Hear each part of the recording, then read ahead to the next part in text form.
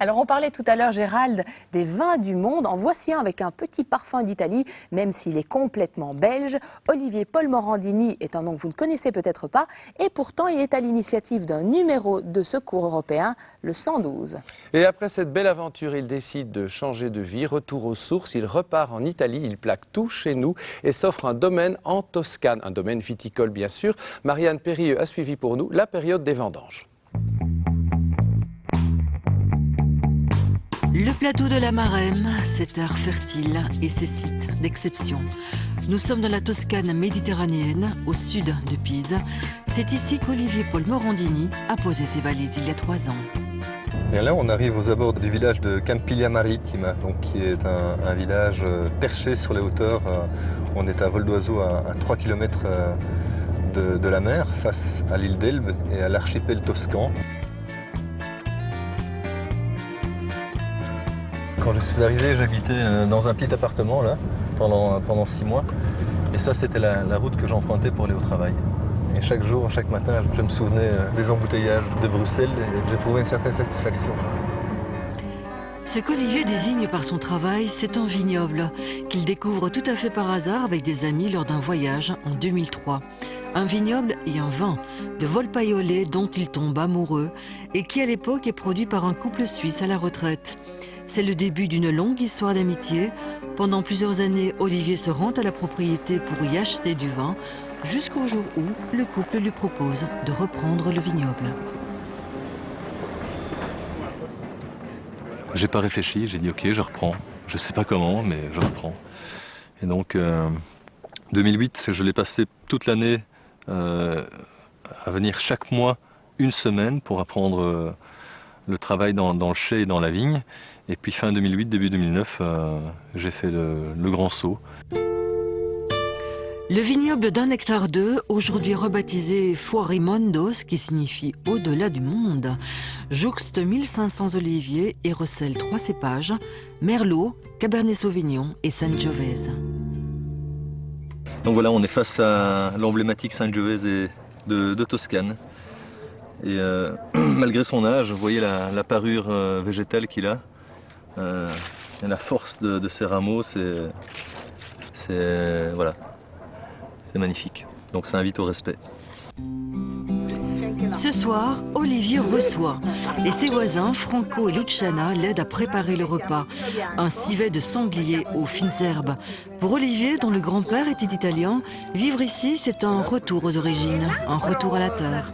Et cela se passe plutôt bien. C'est clair que c'est une mentalité rurale, donc c'est toujours un peu plus hermétique. Et bon, le fait d'avoir déjà un nom à consonance italienne et puis parler la langue sont 2 paramètres qui facilitent l'accès. Ce repas aux allures de festin clôture les vendanges, auxquelles ont participé des gens qui comptent, comme il dit. Des amis venus de Belgique pour la plupart ou de France. Certains d'entre eux connaissent Olivier depuis l'enfance. Merci beaucoup Après 33 ans. 33 ans. Un des plus grands moments sur les retrouvailles d'Olivier ici en Italie. C'est la toute première fois que je viens découvrir sa passion pour l'Italie qu'il a depuis que je le connais. Et c'est un moment vraiment grandiose de pouvoir partager ça avec Olivier, Priscilla. L'idée d'être en couple aussi, c'est de pouvoir soutenir l'autre. Et je sais que parfois il y a des projets un petit peu fous et que les gens ont du mal à croire en ce qu'il fait. Mais j'ai entière confiance et je sais qu'en général, quand il choisit un projet, c'est en général avec le cœur et avec les tripes.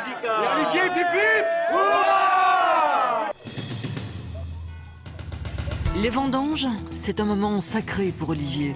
Nous sommes à quelques centaines de mètres de Volpaiollet, sur une parcelle de Cabernet Sauvignon qu'il loue à son ami Alessandro.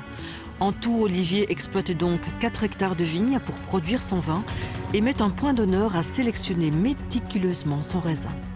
Donc ce qu'on va prendre comme raisin, c'est tout ce qui est en dessous du second fil. Ça, on va pas prendre. Donc on le nettoie alors aussi. Donc à partir de la taille d'un œuf, on prend.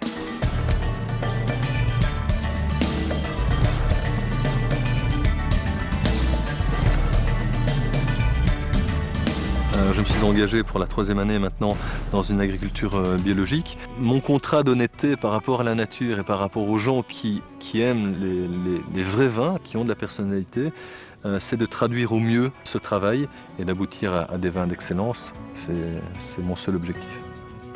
Lorsqu'on sait l'importance qu'Olivier accorde à son vin, il y a la qualité du vin, la manière dont il les trie. On se dit qu'on apporte quand même d'une certaine manière notre pierre à l'édifice, donc c'est agréable. C'était une grande première et bon, le temps est de la partie, le comité est génial. On aide Olivier dans son projet, donc c'est magnifique. Il vient comme ça. C'est un moment très émouvant, la vendange, parce que c'est la consécration d'une année et 80% du vin se fait en vigne. Et puis voilà, ils m'ont fait l'honneur et l'amitié de venir partager cette vendange avec moi. La majeure partie de l'année, Olivier est seul en vigne. Et il est clair que sans ce renfort, cette période harassante que sont les vendanges serait plus difficile encore. Lorsqu'il a repris le vignoble il y a 3 ans, l'ambition était de poursuivre la production initiée par les précédents propriétaires, mais aussi de l'augmenter et de la magnifier. Ces bouteilles, ce sont toutes les témoins des millésimes réalisés sur le vignoble. Donc la première bouteille, premier millésime, c'est en fait 1995. C'était le premier millésime. En fait, la production était historiquement de 4-5 000 bouteilles. Et depuis 2009, on augmente par palier, donc j'y vais petit à petit, avec l'objectif de plafonner à 15-17 000 bouteilles. Olivier s'apprête aujourd'hui à sortir un nouveau vin, le 3e pour Volpaiole. Ce ne sont donc pas les projets qui manquent, des projets qu'il mènera à son propre rythme, piano. Il y a quelque chose qui pour moi est fondamental, c'est le rêve. Et il est important de donner une carte blanche à un moment donné à cet instinct, au rêve qu'on a envie d'accomplir, parce que je pense que c'est stimulateur pour l'épanouissement de l'être. Je vais être papa à 40 ans. Voilà, je suis quelqu'un réputé de lent. Je l'ai été pour la paternité. Et je trouve que j'ai bien fait de l'être parce qu'il n'y aura pas un meilleur moment. C'est vraiment maintenant que j'ai envie d'accueillir cet enfant dans cet endroit qui est fait de la même étoffe que l'éternité. Donc il va être bien cet enfant ici.